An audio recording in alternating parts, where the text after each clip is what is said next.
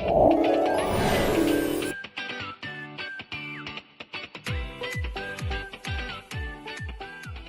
to all my dear friends out there. So ngayon, papakita ko sa inyo kung paano ko kinukulot yung buhok ko. Bali kung makikita nyo, mahaba itong buhok ko.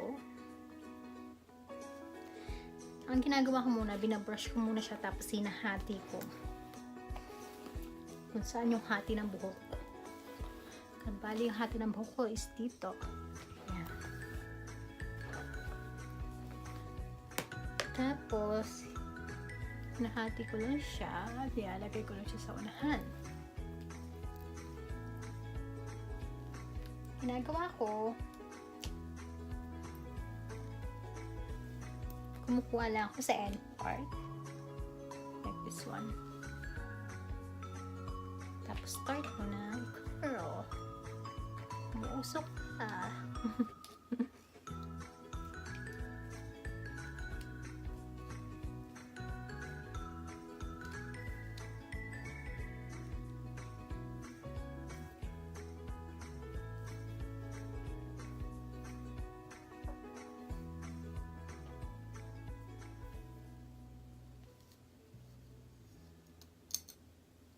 Ayan. Wow. Right? At talagay ko na siya sa likod. Tapos kuha ulit ako sa huling, yung sa dulo, kuha ka ng part dyan. Tapos, ikot mo na ulit siya.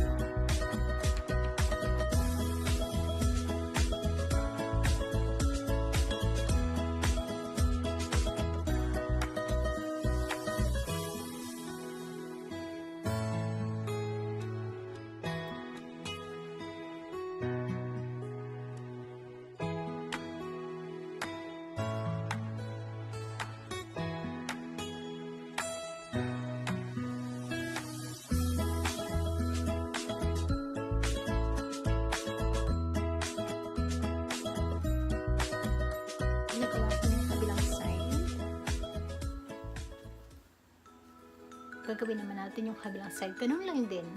Yung dulo, tapos kukulitin natin.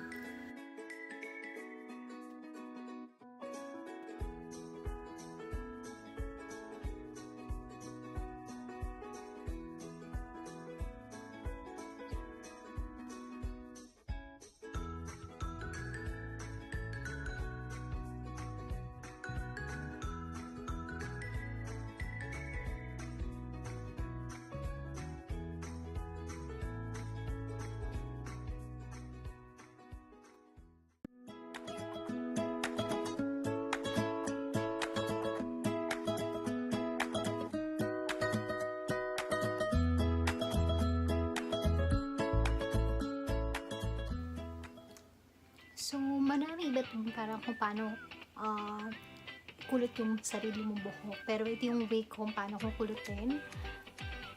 So, may iba-ibang way. Iba't tinatali. Ako, ganito lang. Wala na akong gagamitin. So, I'm all set. So, this is my hair now.